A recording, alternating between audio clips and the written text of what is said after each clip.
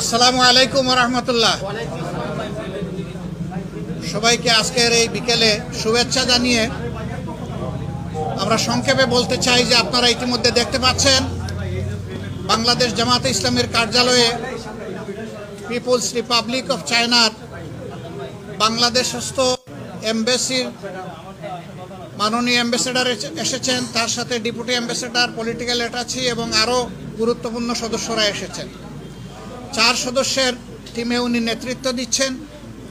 আমরা দীর্ঘ 1 ঘন্টা একসাথে বসেছি, কথা বলেছি, দুই দেশের স্বার্থ সংশ্লিষ্ট ব্যাপারে আমরা কথা বলেছি, কিভাবে চায়না এবং বাংলাদেশ আরও কাছাকাছি এসে আমরা একসাথে কাজ করতে পারি, আমাদের শিক্ষা, সংস্কৃতি, ডেভেলপমেন্ট এই সব ক্ষেত্রেই আমরা একসাথে এগিয়ে যেতে পারি, সেই বিষয়গুলো আলোচনা হয়েছে।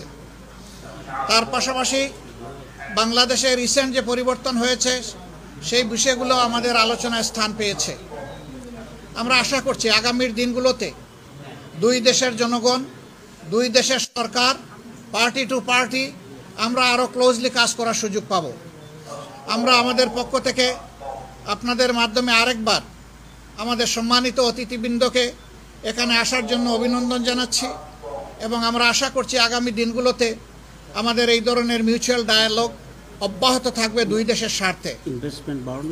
আমরা অনুরোধ করেছি ওনাদেরকে আমাদের দেশের ডেভেলপমেন্ট পার্টনার হিসেবে গুরুত্বপূর্ণ পার্টনার হচ্ছে পিপলস রিপাবলিক অফ চায়না।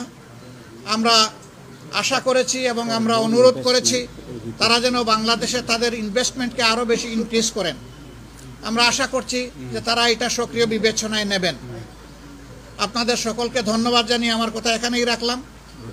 নাও রোহিঙ্গা ইস্যুতে আমরা অনুরোধ করেছি যে তাদের পুনর্বাসনের রিপ্যাট্রিয়েশনের জন্য তারা ইফেক্টিভ রোল প্লে করবেন এবং আমরা আশা করি যে তারা যদি সেই রোল প্লে করেন তাহলে এই ক্রুশিয়াল যে প্রবলেমটা এটা সলভ হওয়া সহজ হবে। ধন্যবাদ আপনাদেরকে। Now I am requesting our His Excellency Ambassador of Royal China to brief our pressmen. Thank you. Thank you, everyone. Today is a very important day. I just have a very good, constructive, positive discussion with Honorable Dr. Shafiq and the leadership of Jamaat Islami.